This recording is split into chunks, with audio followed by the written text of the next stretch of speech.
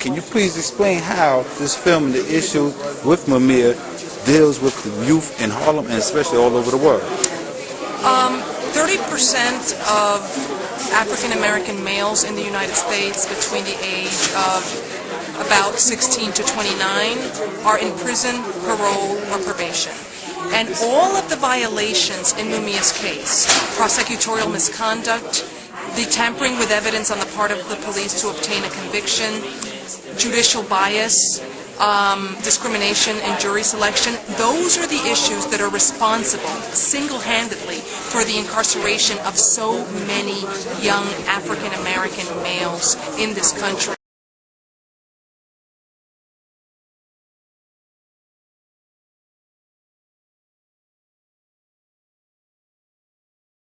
More news tonight. Terry Blair is now a convicted serial killer. The victims' families are overwhelmed, but the judge who made the ruling took a swipe at investigators in the case. Peggy Bright is live with continuing coverage. Peggy? Well, Laura, Judge John O'Malley heard the case without a jury and delivered his decision today with a half an hour's worth of explanation. But what mattered most to the victim's family were the judge's final words. I find beyond a reasonable doubt that the defendant, Terry Blair, is guilty of murder in the first degree for the murders of Sheila McKenzie, Patricia Wilson, Anna Ewing, Darcy Williams, Claudette Janelle, and Carmen Hunt.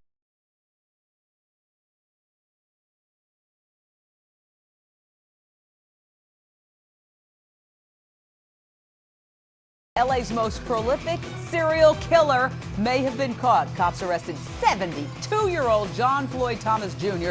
based on new DNA evidence. They suspect Thomas is the infamous Westside rapist who raped and killed 30 women in the 1970s and 80s. That number could grow as cops reopen cases as far back as the 1950s. The murder victims in all cases under review were older white women, most of them lower-income widows living alone.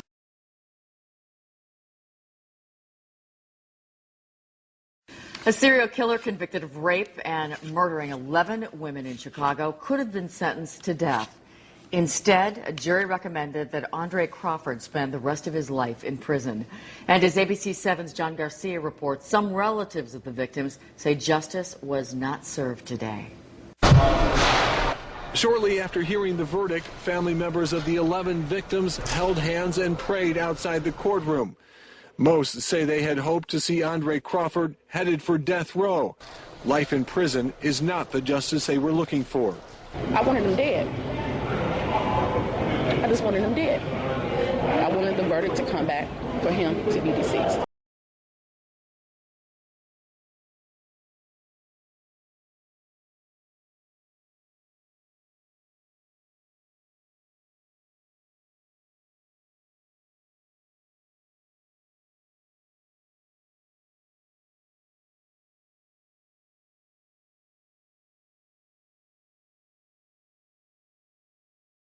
When you got angry with the prosecutor, you said, "You're a drop shot."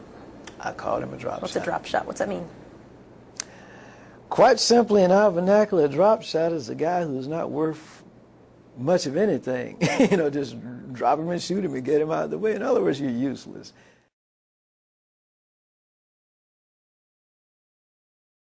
Immediately, he started attacking. He came out of the chute like a bull. When he said, you want the real Wayne Williams, you've got him. I think all of us, the jury, understood that, yeah.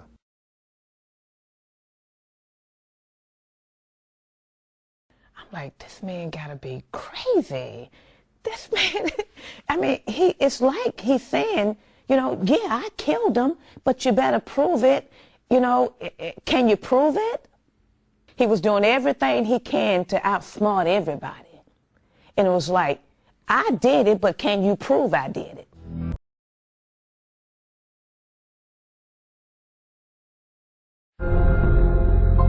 This witness, Robert Henry, did place Wayne Williams with the very last victim, Nathaniel Cater. Henry worked with Cater. He said he saw him leaving this theater with Williams on the night of the bridge incident. Henry has no doubt, even today, about what he saw. We were holding hands, you know, like male and female. Well, if you're holding hand with one of my co-workers and both of you are males, what am I supposed to do? Turn my head?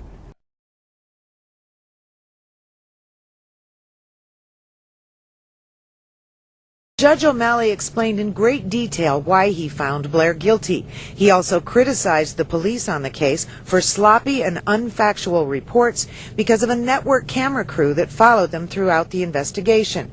But the relatives defend the detectives and the work they did. Listen to Patricia Wilson Butler's daughter. They made mistakes. They're human. They made mistakes. They never had something like this on their hands before. They made mistakes, but they did their job.